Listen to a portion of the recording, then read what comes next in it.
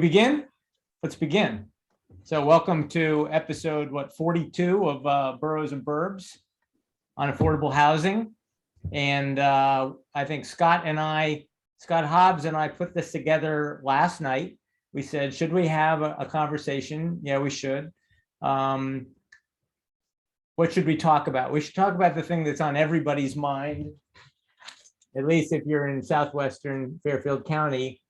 People are talking about the developments going on, particularly in Greenwich and now proposed in New Canaan.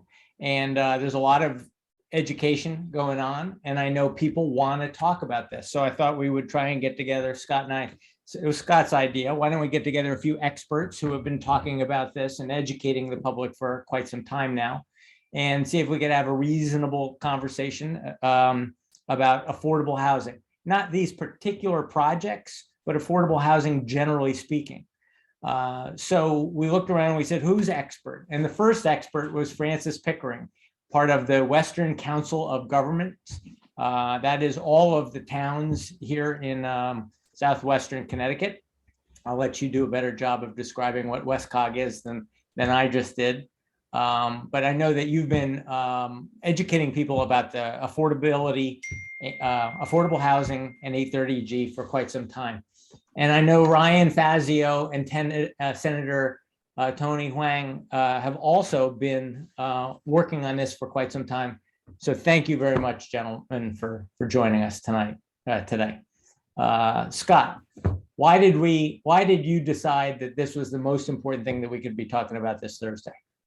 Well, I think for some of the people on this call, I mean, in particular, Senator Hwang and Fazio and Pickering and Francis up there, we've been talking about affordable housing for a very long time. There's been some stuff inside of Connecticut that is, while I think most people would agree it's a noble goal that we want everybody to have access to affordable housing, how you achieve it is really tricky. And then anytime you start playing around with the markets, it becomes very dangerous. And over the years, the folks up in Hartford in particular, but you see it also in Albany and in Trenton and in all sorts of other places, they try to come up with solutions. And not surprisingly, a lot of the solutions have a lot of unintended consequences. And right now in Lower Fairfield County in particular, Connecticut's 830G rule, which mandates that every municipality should have at least 10% of their housing is deeded as affordable or government controlled as affordable. Otherwise, local zoning rules should not apply, is starting to have some consequences which are likely very detrimental toward the community. And inside of Greenwich and in other communities nearby, similar things have been happening. And again, the other gentlemen who we've invited here have been right at the front lines of this issue. And it's likely that they have some great things in order to say that would be of interest to the real estate community as to what's happening, what the implications are for these sort of rules. I'm going to say it in one sentence.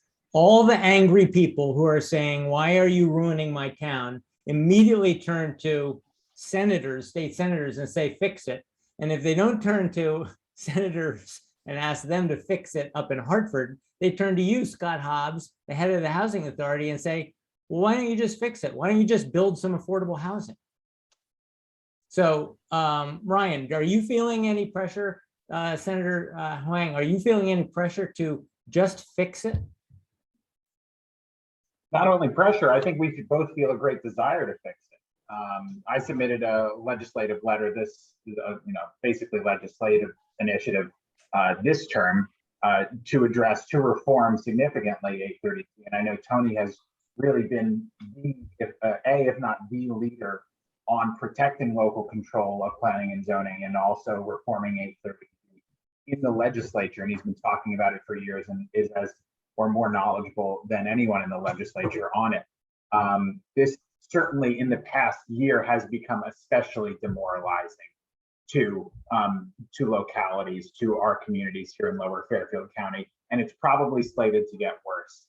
I said at the press conference in New Canaan last week that I know you're all frustrated with the proposal, and I certainly am too.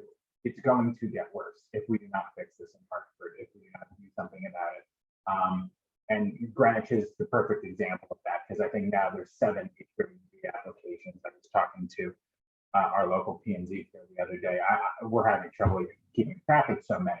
You know, some as big as 190 units in the town, and it means that in a short period of time, the town can be remade in a unchangeable way without local buy-in whatsoever. And so we're not asking for radical or unreasonable changes. We're asking for a balanced approach where we can achieve affordable housing goals in a sustainable and balanced way, and also have local buy-in and protect kind of the scope and the style of the town. A balanced, pragmatic way forward. And obviously the reason last year that this problem is coming to a head, he's been around 30 years, but it's been especially problematic in the past year and will continue to be, is simply because of the economics of the matter. I was talking to a former state senator who identified that this is an especially big problem in the late 90s and the late aughts, but this might be the biggest, but this is certainly the biggest crisis moment with regard to 830 we've ever faced. I mean, Greenwich has never seen 6 or 7 applications. I think in 20 years, it's all 6 or 7 applications. So we're asking for a balanced approach. There is going to be a public hearing we just found out a couple hours ago on 830G at the state legislature in the first week of March, which will eventually have information to forward along to all of you about. But there is such a better way forward. It is a complex issue, but people are learning more about it. And simply, I think the message is this: reform 830G, protect local control of zoning, and advance affordable housing goals in a sustainable way with local buy-in. Senator Tony, are Well- you having this problem in your district as well, or is this just a Greenwich, New Canaan kind of problem? Well, I think first, we do have a critical housing availability shortage in the state of Connecticut. It's an issue of affordability. It's an issue of availability and diversity, without a doubt. I mean, and so that is important to note. But I think the other part is we've heard so much about 830G. I've been fighting it for over 10 years. It's become a dirty word, and most people don't fully understand till it happens to them. I think that's important because most people don't think it happens to them. But in my number of years, when I used to make money as a realtor, there are many of my colleagues here. I decided to go in the Senate, and I'm losing money every day. But that being said, 830G is unusual because it's a law that's over 30 years old. And the intent is to use a hammer, in my opinion, to address inadequacies from a standpoint of diversity in communities and affordability. But it's interesting as well, it bypasses all aspects of local control. It literally says that your local residential codes and zones does not matter if you do not qualify for a set ratio of number to your population size. And for many of our communities, the more that you grow, the more you're changing your population. It's almost catching a tail that you never get. So I think that's important. I think another critical factor on 830G is the premise of 830G is utilization of private developers to create more diverse and affordable housing stock. That if you qualify and apply under an 830G, you need to set aside 30%. Now, here's where I love being in meetings with Scott Hobbs.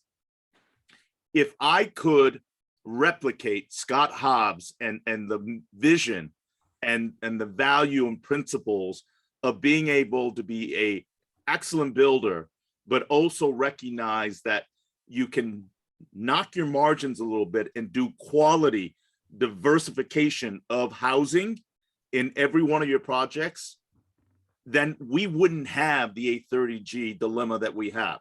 But unfortunately, Scott is unique, and the principle and value that they espouse and practice every day, they leave money on the table. And that is the problem with 830G is it's being used as a leverage by many developers in saying that if I can't get this under a normal provision of local zoning because of density, height, environmental concerns, watershed areas, then I'm going to use 830G and I'm going to sue your local municipalities, and I'm going to put the hammer to you. I'm going to propose 150 units in a 3-acre lot with no height restrictions. Some of these behaviors are egregious. Now, what we have right now is what Ryan mentioned earlier was the arrogance of a dominant one-party system. They had an overwhelming win in the last 3 election cycles. Call it an anti-Trump sentiment in southwestern Connecticut. You have a significant one-party majority with seniority dictated by a lot of my urban legislators who's saying that there is a disparity and exclusionary practice conducted by our suburbs as it relates to quality of education, quality of community, quality of services. And they're saying that you are exclusionary. It has bred a organization that a lot of you have heard so much about, Desegregate Connecticut. It is not simply a nice grassroots saying that we want to change some of the socioeconomic housing dynamics. This is an organization that is funded by the Regional Planning Association, which is based in New York. It's a tri-state entity. They have significant investors and contributors that impact their size and capital funding. They just recently hired an executive director and I believe a field operator. And if you saw their org chart, it is nothing like a simple grassroots organization. And yet well funded, and with both houses of the legislature and the governor's seat, the Desegregate Connecticut agenda did not pass, which tells me that somebody up there in Hartford is reasonable. They did not pass their agenda in the last session. Well, actually, John, they got half a pie. They got maybe 25% of the pie because Desegregate is back at it again this year. And it was due to the effort of a lot of good colleagues, organizations like CT 169 Strong, and so many grassroots entities that spoke out against it and gave local input. We had tremendous local municipal leadership that spoke out and said, look, you are overriding my local zoning control. You are dictating a one size fits all. And we did. They passed a lot of laws that validated and codify that local zoning rules do not exist, John. That is important to note in the bill that was passed last year. A lot of people have the feeling that, oh, we stopped them. Here, what we clarified last year by the vote and the passage of a bill is the fact that local zoning laws do not exist. It is expressly allowed by state governance. That's important, that our local elected entities do not have complete and total control or last control. The bill passed last year explicitly said that the state has the expressive power to control your zoning and land use. And we let you as a town when we decide to let you do it. So that doesn't seem like a compromise to me from a standpoint of stopping things. And what we have just provided in the Planning Development Committee, in which I'm the ranking member, is they're now looking at transit-oriented development, looking at train station development that within a mile radius, I haven't seen the final bill, but last year it was a 3-mile radius drawn in any transit-oriented area, buses or trains, that would allow has of right. Now, in a legal term, if there are legal attorneys here, has of right defines that people can build, builders can build without going through zoning. When you are given has of right privileges, you can bypass it in the specific designated area without going through local zoning. So it's important to note that the fight is far from over, and we have ceded significant ground. You're going to see significantly more projects up the line. And I hope that people get as energized when their lives are not impacted by these kind of projects because your neighborhood could be next. Francis Pickering, you represent all the little towns in Southwest Connecticut that are saying this should be a local decision. Have the towns through WestCog come up with an alternative strategy for providing affordable housing in Connecticut? Well, thanks, John. There are a number of strategies to address affordable housing. The first thing I'd like to say is, for those of you who have not read Connecticut General Statutes 8-30G and associated regulations, I would recommend you do so, because it's far more nuanced than it's often made out to be in the press. It's not just 10% deed restricted housing. It also includes public housing authority units. It includes households that receive public housing assistance, whether federal or state. And importantly, it also includes subsidized mortgages such as Connecticut Housing Finance Authority and USDA, and housing units for which rehabilitation loans of at least $25,000 have been provided to households that are low or moderate income based on local standards. So the reason I mention that is that there are ways to get closer to that 10% than waiting for a conventional 830G project to appear from a developer. A municipality could be proactive and actually pursue moving towards that 10%, potentially at far less cost and with less impact to a community, both financially in terms of the built environment and natural environment, than what we've been seeing in some parts of the state. And we're looking into that right now. We are completing an affordable housing plan for the entire region to help with compliance with 8-30G, and we are on the verge of going out to bid on an affordable housing finance strategy, which will help communities like New Canaan to understand, let's say you have an affordable housing trust fund with a couple $1 million. How can we stretch that money as far as possible to help as many households as possible and to get us as close to the 10% threshold so that we are no longer subject to these zoning overriding developments? There's a lot out there that can be explored, and we're looking at that. Now, in response to your question, the municipalities in the region have been adopting a variety of strategies to get closer to the 10%.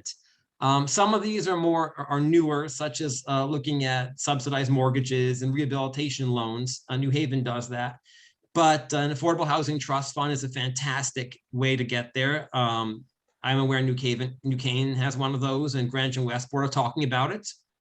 Other options are inclusionary zoning, where a certain percentage of new developments must be set aside to be deed restricted affordable. And last but not least, there's incentive housing zones, which the state has supported to provide affordable housing. So there are a lot of options out there, and we're working very actively to help municipalities get closer to their statutory thresholds. Scott Hobbs, talk to me about the economics of building affordable housing when you do have a trust fund. When you do, I think we collect 1% or 2% of all building permit revenue, and we put it into a trust fund. And the housing authority, which you're on, can periodically, when they identify a project, come and ask for that money in the trust fund for the purpose of affordable housing. How much money is there typically, and what does it take to actually make affordable housing? So Laszlo Papp, who was our legendary planning and zoning commissioner, head of planning and zoning for a very long time, first sort of recognized the challenges and dangers proposed by 830G and set up this trust fund, which allowed money to flow in, which provided seed money for affordable housing to get started. There's projects that you can do with affordable housing. There's financing available, but getting from step 0 up to the starting line of a project is very difficult and very expensive.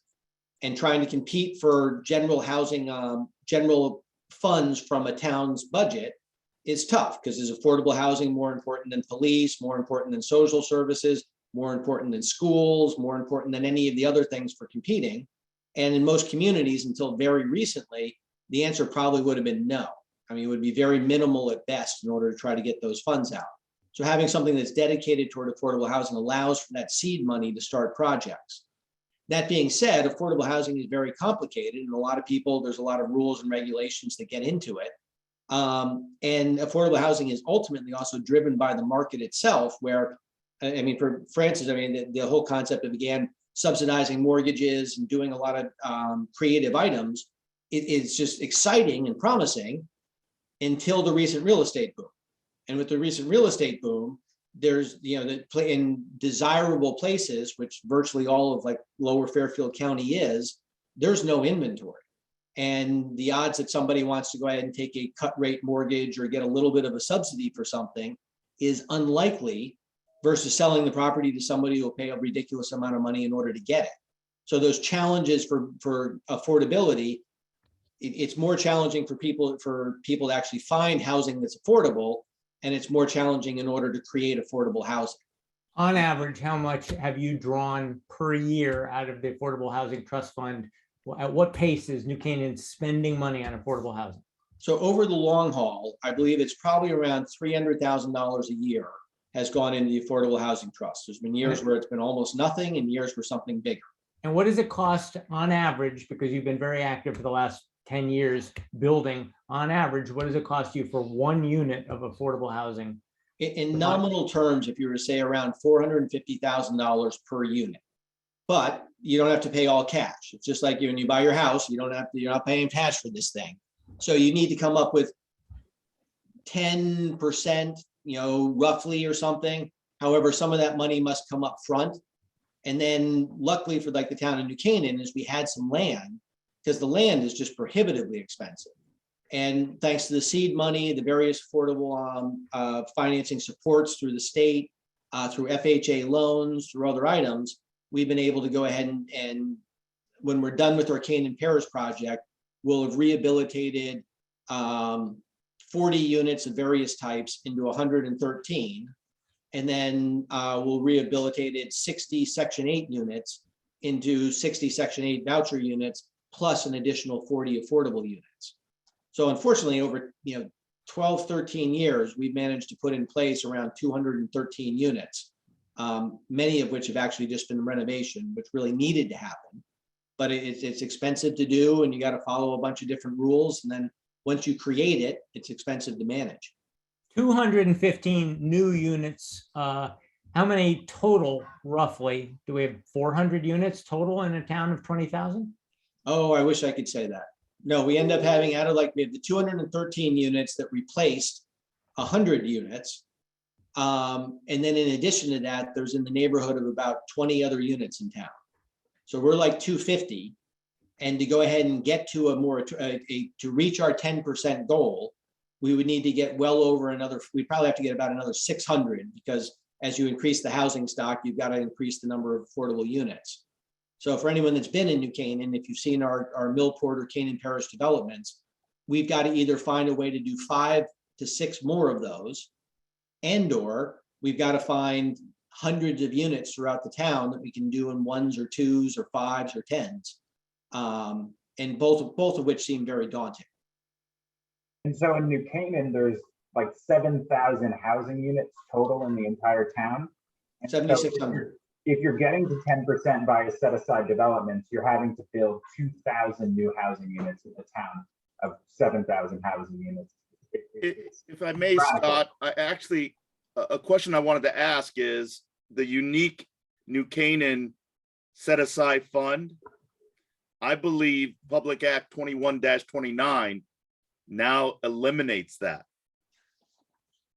Well, that gets to one of my other qualms, was how the affordable housing bureaucracy is set up. Chuck Berman, who was the chairman before me, he was just a genius under development stuff, and I learned so much from him. It was great. And one day I show up and I'm told I have to become chairman because he's now moved out of New Canaan. And you're like, wait a minute. That's not what I was doing. But I become chairman, and we were about to start our next phase of work at Millport, where we were taking 24 public housing units and making them into 73 affordable units. And Connecticut Housing Authority calls up and says, yeah, you can't do that project because the 24 units aren't, they're still current and you can't tear them down. And it's like, wait, no, I'm taking 24 and making it into 73. That's a good thing, right? Yeah, I don't know if we can make that happen. And it took us 6 months and about $500,000 in legal fees in order to convince everyone that taking 23 and turning it into 24 and turning it into 73 would actually be good. Francis, you seem to have a. Yes, well, yeah, just in response to Senator Fazio's point, one of the challenges is inclusionary zoning is very attractive because you're pushing the costs of the affordable units onto the other buyers in the complex. It's not a public cost. The challenge is if you are only requiring 10% to be set aside, you will never actually get to 10% town-wide because you already have the installed base of existing units. So most communities say, well, let's do 12%. The problem is, I just ran the math in Excel for New Canaan. If you did 12% set aside, to get to 10% town-wide, right? So you have 7,600 units right now. To get to 10% town-wide, you would have to build over 13,000 new housing units at all income levels.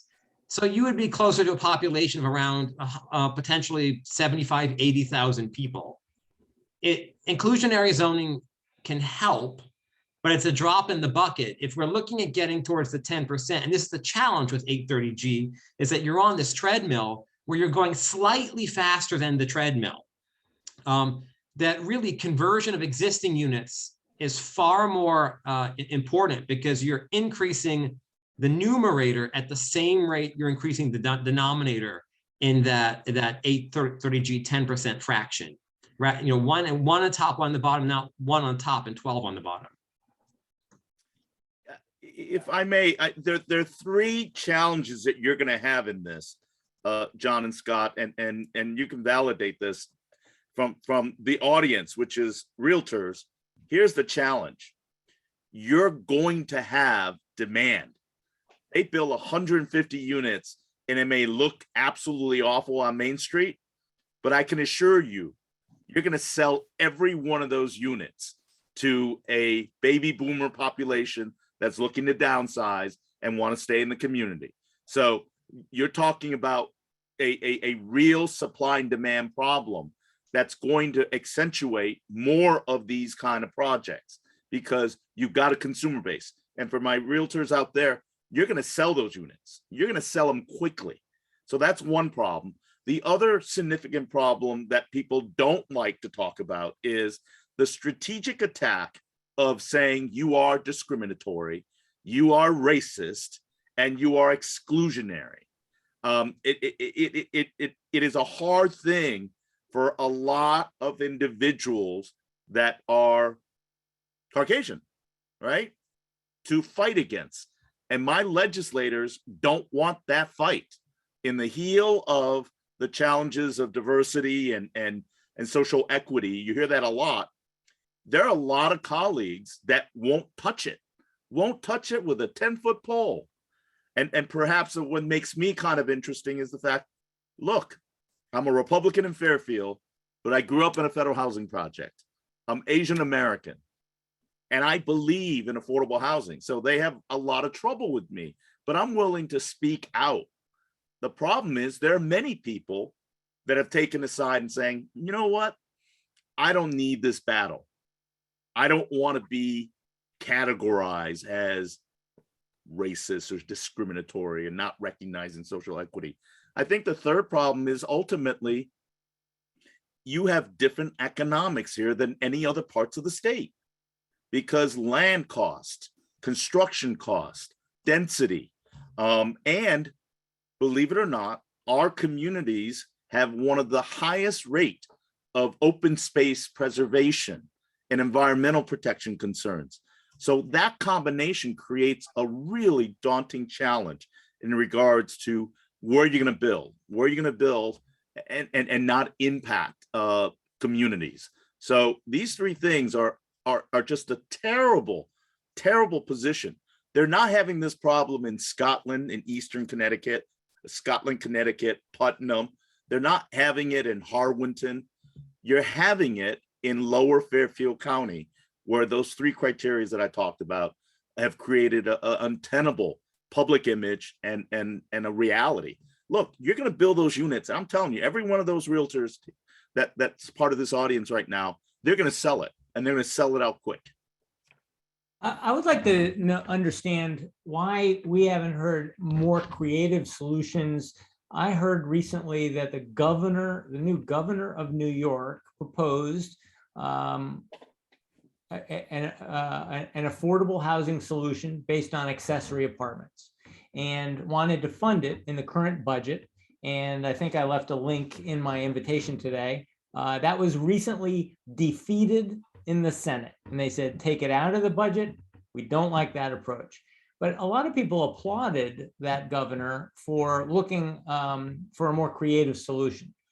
It occurs to me that if New Canaan is 99% developed and Greenwich is 99% developed, that we have to look for a more creative solution. And it occurs to me that as a realtor, anytime I'm asked for an inexpensive rental in New Canaan for somebody's for somebody who works in town, somebody says, I would like you to help me find an inexpensive rental for somebody who works in town. They want to live in town. The first, and I say, how much do you want to spend? And they tell me $2,000 a month. The first place I look is for carriage houses or other accessory apartments. For 100 years, we've been looking to our accessory apartments for our most affordable housing. So it's amazing to me that the governor of New York, when she proposes such a solution, was rejected by her Senate. Is our Senate talking about this? Is our governor talking about this? Is there a way that does not require new development of 5-story buildings? Any of you?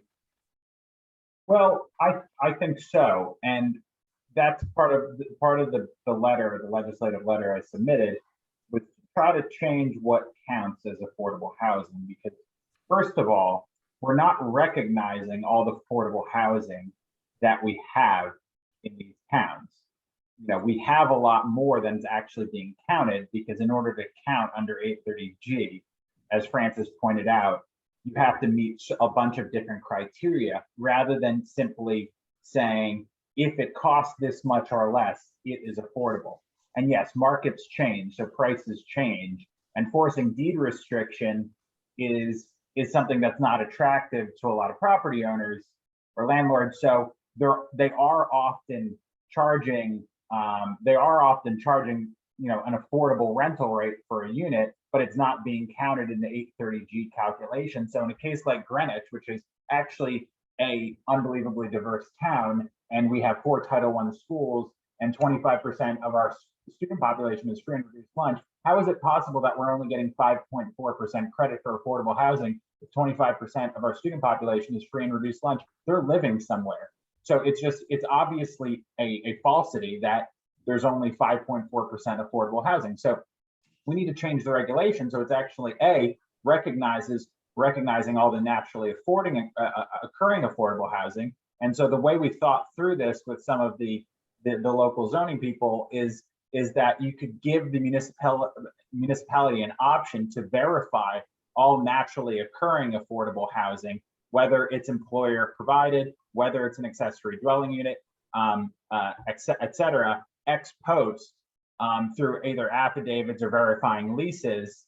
And obviously that number is going to change more year to year because it's not going to be deed restricted, but nevertheless, you're giving the municipality the option of going through the effort of counting it. And so not only do you get recognized for all the affordable housing that you're creating in a discrete manner, I think that's important because that's, I think, what the community has more an appetite for. But also you're encouraging the creation, instead of highly dense, concrete, brutalist development that nobody wants, you're encouraging the creation of more discrete affordable housing, but it's still one affordable housing unit. Should be one affordable housing unit as long as it's affordable. It shouldn't have to jump through all these barriers. So that's kind of my thought process on it. And Ryan, I would love, I'm sorry, Scott, go ahead. Well, Ryan, cutting to your point, I mean, what a problem inside of New Canaan is that when we get to develop affordable housing, we almost have to do 60% affordable, even though it's actually slightly difficult to get 1-bedroom 60% affordable filled. We would love to do more 80, but we're forced to go ahead and get on that treadmill that we're just barely running ahead of. And if we do 80%, the treadmill is getting ahead of us. So we have to do 60. So we're ignoring 80. We're ignoring, other housing things that would actually be very beneficial to the community, because we have to go ahead and defend against 830G instead of doing what's good for our community. Sorry, Tony. No, I mean, I love Ryan's idea. It's thinking and it's adapting some flexibility. One of the problems with 830G, it only considers under the moratorium houses that were built after 1990. So if a community has existing deed restricted affordable housing stock, it doesn't count. And even if it's 95% refurbished, as many of these projects have over the lifetime of their existence, it still doesn't count as new inventory stock. And I think the second part of it is it's yielding the hammer of saying that the community, and if you look at the numbers, our communities in southwestern Connecticut, represented Westcog, are significantly short in regards to numbers. But it's not just New Canaan and Greenwich. I've got Weston and Easton that are virtually 75% watershed. They control the reservoir and considerations of environmental and watershed protection. They can't take in dense housing stock. They don't have the sewage capacity. Another part of the bill that you should read up on for those that are environmental advocates. And it's fascinating because the bill that was passed last year had tremendous environmental support. But the very bill talks about literally obliterating sewage capacity protection. It's kind of remarkable how we're selling the narrative of ending discrimination, ending social equity, and addressing a lot of the niceties that we all want. But the bill itself doesn't do anything. Let's be clear, it was admitted through testimony that the bills that were proposed does nothing to increase affordable housing stock in those communities. How do you like that? None of the bills proposed by Desegregate Connecticut, literally, and we're being taped here, so I'm absolutely happy to stand by what they said. It does nothing to address the crisis that we have in creating diverse, accessible, and affordable housing stock in communities in need. And we're not even talking about, we're talking about suburbs here, but as I said earlier, the state of Connecticut as a whole has an affordable housing crisis. Our cities have been shortchanged in regards to safe, affordable, and diverse housing stock. It's remarkable how the narrative has been changed. And one way they're getting things done is they're making you feel defensive and reactionary.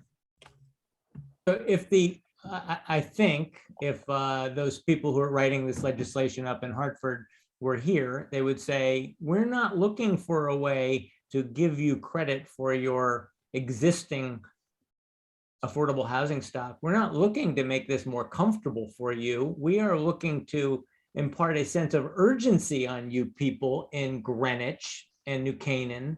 We need you to feel a sense of urgency because you're not doing it fast enough. And Scott Hobbs is saying, well, we're doing it as fast as we can.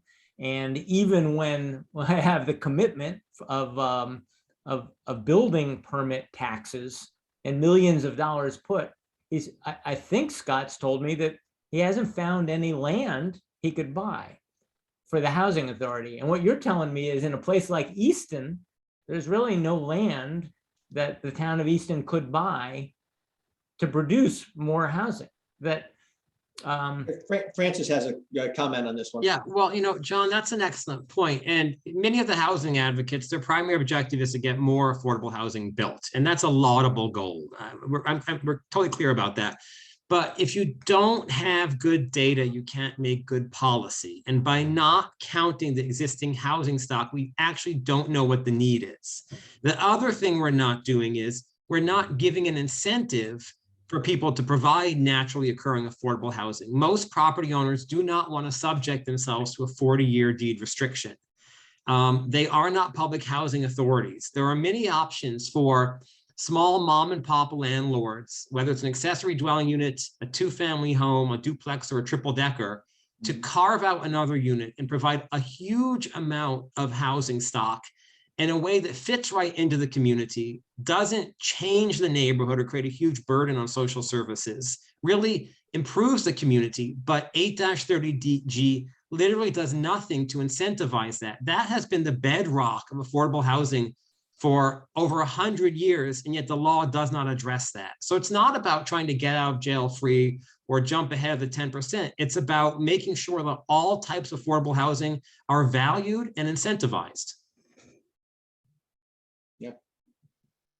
And I think that some of the rules also ignore the fact that in communities such as like New Canaan and Darien that are 96, 97% built out. So without knocking down stock, you can't do anything, and even subdividing becomes hard. We're not a growing community, and we can't grow unless we get more supermarkets, unless we find a lot of space for schools, unless we get a bigger police department, can we get a bigger fire department? You know, adding 5,000 to 10,000 people to New Canaan, it's no longer New Canaan. It doesn't work that way. And again, is New Canaan as desirable if we're doing school during the summer because we're working 4 semesters or 3 semesters or something, and kids have to go during the summer because we just don't have the infrastructure to put it in place? And if you can't find a parking space anywhere in the middle of town, does that work for anyone? Wait, what do you mean we don't have the infrastructure? I have to argue with you on this. What infrastructure do you need? If the town gives you, the housing authority, a 4-acre piece of land and says, build 10 units of affordable housing, build me a small, I'm not talking about 10. I'm talking about the goals that have been set for us in Hartford. They want to create hundreds, if not thousands of units, and they don't care about the nature of the community. And if you were to add, well, let's get up to the 10%. Let's say we had to do that with all new housing. So if we had to add 600 more units to the town, and let's say that you end up having a third of those have kids. So we're adding, let's say 600, 700 kids to the community. You end up adding, I mean, our schools don't quite fit. And there's certainly the schools aren't in the right place. We go through a whole redistricting and kids go to different places. And now we're back to trailers in the parking lot for kids to attend school. We probably need some more police department if we're going to add another 1,000 residents. Is it 1 cop? Is it 2? I don't know. When it gets to rush hour, New Canaan doesn't have a lot of traffic. We're pretty good, but on the couple arteries in and out of town, if you're trying to get in and out of town from 7 o'clock to 9 or from 4 o'clock until 6, there's some big backups. So now let's just add another 1,000 cars to that. And there's a whole lot of things that get tricky. And our sewer capacity, we're okay on sewer capacity until we're not. And then you got a $30 million, $40 million upcharge in order to upgrade your sewer capacity. So there's things that these all have implications. And it's not as if, again, we've got a couple 1,000 acres of farmland that we're going to convert into subdivisions, and we'll build schools and parks and all of those things. This is important in order to think through all of the implications. I mean, if you take old Sim City, I mean, all the video games and stuff where you try to create your own community, and it's hard to keep everyone happy in those games, just as it is running a real town. And I don't want to change the topic too much, but I want to zoom out because the context here is that you can't have affordable housing in the long run if you don't have jobs. You need an income to afford housing. And Connecticut has fewer jobs today than it did at the end of 1997. In that time, the rest of the country increased the number of jobs by 25%. So we're kind of putting the cart before the horse here. Fairfield County in the last 10 years is the only county of the 8 in Connecticut that saw its population grow. So you would consider, given the fact that demand for housing has actually fallen in absolute terms in 7 of the 8 counties in Connecticut, by that consideration, you would expect those 7 counties to be booming because the housing has become more affordable because the demand has dropped. But that's obviously not the case. There's no jobs and economic growth in Connecticut. And this entire discussion should be set against the background of a failed economy and failed economic policy in this state for 20 or 30 years.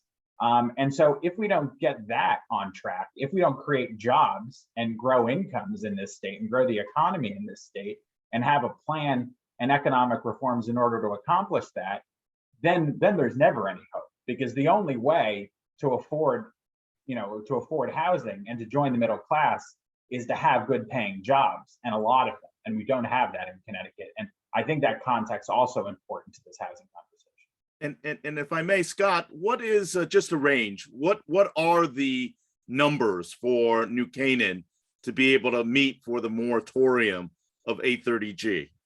Sure. So right now we're in the process of filling out an application because we've hit the numbers by combining the end of Millport 2 and the phase 1 of Canaan Parish.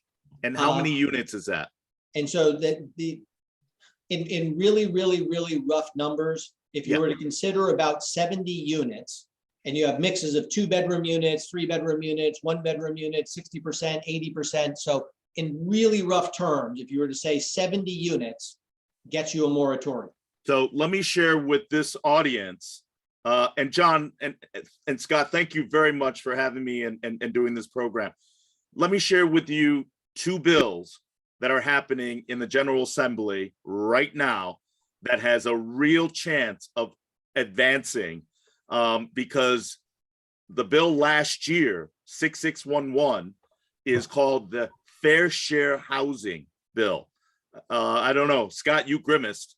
So it was an idea that continues to be pushed by the Speaker of the House. Now he runs the House, and the majority leader, rather, of the House. And it talks about a fair share formula based upon the criteria as a measure. It's an analytical analysis, right? I just looked on the sheet, and it's a rough number, but based upon this fair share formula that could become law this year, you are looking at New Canaan. In order to meet the fair share requirement, you need to produce 1,350 units. Get that right. 1,350 units of fair share housing calculation versus the 70 that you had just struggled to reach in your moratorium. This fair share formula is a bill that just got raised in the Planning and Development Committee. We're going to have a public hearing on it. That's a real concern. I mentioned the transit-oriented development considerations. I'll give more details, but for all the people that are here in the audience, I want to give a shout out to CT169strong.org. They have been tremendous in updating this information. And you'll get that background information, but as the bills get raised, we just in the leadership of planning development raise these bills. So you'll see it tomorrow when we raise it, and there'll be public hearings in the next week and a half. So I'll get you this information, but the fair share one, Scott, will scare. It's horrible. It was just, the numbers are just astronomical in the challenges you have. So I just added in the chat window an email I received from Andrea Sandor saying that a lot of towns already allow use of accessory apartments. Many towns already do this. And she goes on to say that it is preferable to spread your affordable housing throughout the community rather than concentrate it in one high-rise building. So if many are already doing this and it is preferable to spread it around, how hard would it be, Senator, to begin to adjust 830G and what it takes to qualify? I mean, is this a pipe dream that, because you began the conversation by saying a lot of legislators don't even want to touch this third rail issue, because if you weaken 830G, if you start to take the teeth out, you could be accused of being a racist. So how does the legislature begin to adjust and make this a more perfect law? Unfortunately, I've been knee deep in this, John. It's a very good question. And as I said earlier, the suggestion made by Ryan, Senator Fazio, is a common sense one. But people need to understand the challenge. 830G was initiated 30 years ago. It has not been touched for over 25 years. I was the chair of the housing committee in a tri-party agreement with a Democratic senator and a Democratic House member. We were able to put through a small revision of the 830G language. We allowed the formula because it heavily weights to family units, multiple bedroom units versus over 55. So if you have over 55 density housing, multiple unit housing, you only get half a percentage point towards your moratorium. We changed that formula to be able to account for that calculation. It was rejected by Governor Malloy. In the 8 years, in the 8 years that Governor Malloy was governor, there was only one bill that overrode his veto. And that was the change to 830G. And the only way we got that agreement done was a sunset that after 5 years, it would go back to the original. We are now at the 5th year in which the formula will go back to the original. There's a new sheriff in town. His name is Governor Lamont. This is our year, Senator Tony. Well, this is Governor our year. Governor Lamont, in his first year, resisted and held a line. But as he kind of went through, and he's up for re-election this year, and he doesn't want to be portrayed as being a Greenwich elitism who is exclusive and exclusionary. Nor so guess does he what? want to be accused of He being totally backed off on unresponsive. this. I can share with you, he's totally taken a position that he supports affordable housing and diversity, and we need to do more. He's taking a hands off on this. And yet the people are angry throughout Fairfield County at feeling that Hartford is taking one big sledgehammer, boom, to these towns and ignoring local control. Absolutely. So- It's a big hammer too. Look, there was a bill last year that was raised by the president of the Senate. Again, another powerful influencer of bill legislation. And the bill was, if your community did not meet the minimum affordable housing ratio, you would be assessed a supplemental income tax assessment. It didn't pass out of finance committee, in which I'm in, but that was another example of saying, you're bad, we're going to punish you. And the only way we're going to do it is because you won't do it on your own. They were going to assess an additional income, property tax assessment from the state because you didn't meet your affordable housing. So was that the lobbying for that sponsored by the delegations from Florida and Texas? Trying to get more residents to move there? No, it was done by the president pro tem of the Senate. And he was serious. No, I bet he has ties to Florida though. I mean, what a great way to kick out the rest of our residents. Yeah. DeSantis happy about that. Yeah. I gotta believe that a governor who is pro affordable housing, if given a solution that he could get behind, would do so. And so Ryan's proposal, I mean, am I just naive? Ryan's proposal, the Democratic governor of New York's proposal, which is to begin to get serious about accessory dwellings, I can't imagine that he would just reject that out of hand.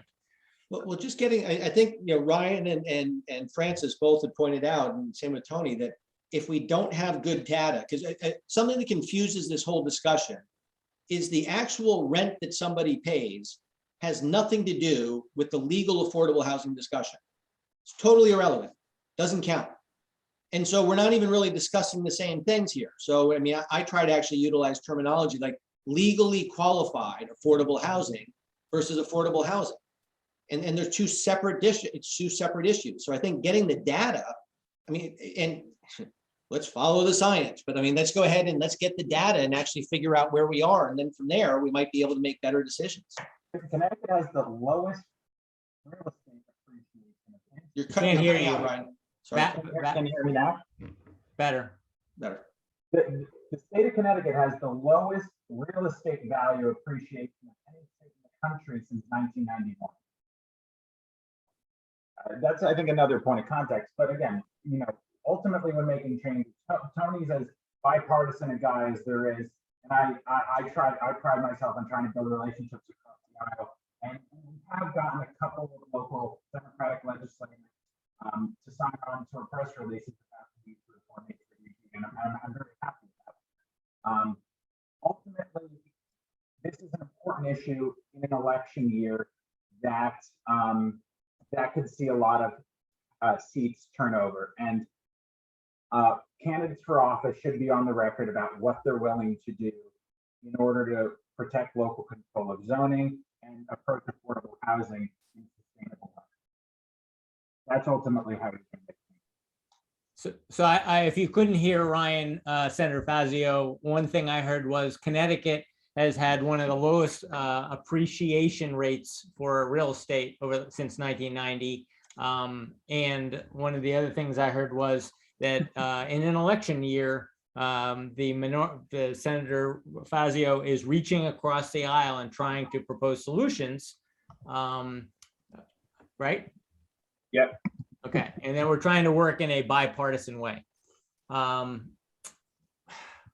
anybody end this program with some hope, with some hopeful statements? I mean, I thought that was rather hopeful. It's an election year.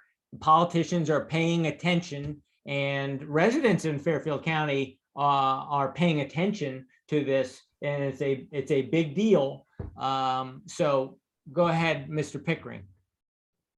Well, thank you. You know, where there's a will, there's a way, and creative thinking can get us a lot of the way there.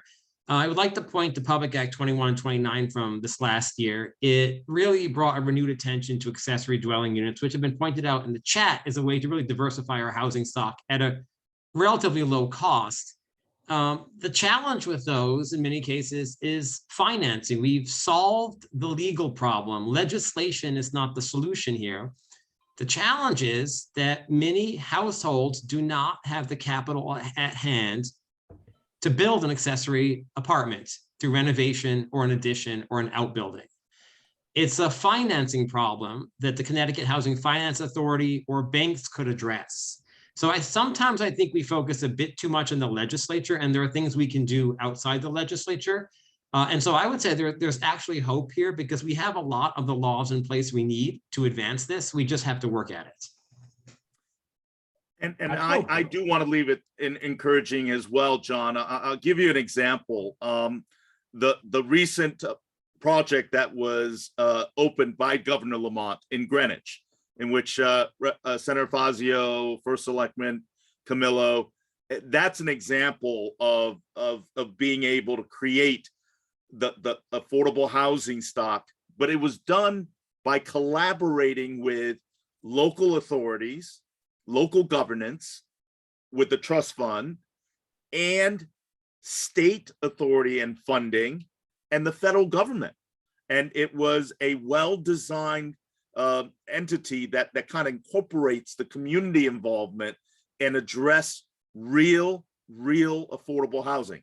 Another example that we did was our Department of Transportation in Connecticut owns a huge swath of lands that we don't even realize. In Westport, that I represented in the district, we were able to take 5 acres of about 12-acre DOT land, and we were able to propose through the town of Westport, their affordable housing task force, federal government and state government, to build 40 units of strictly de-restricted federal and state affordable housing. And the surrounding neighborhoods in Westport all embrace the idea. Senator, are you proposing to build affordable housing on the median strip of I-95?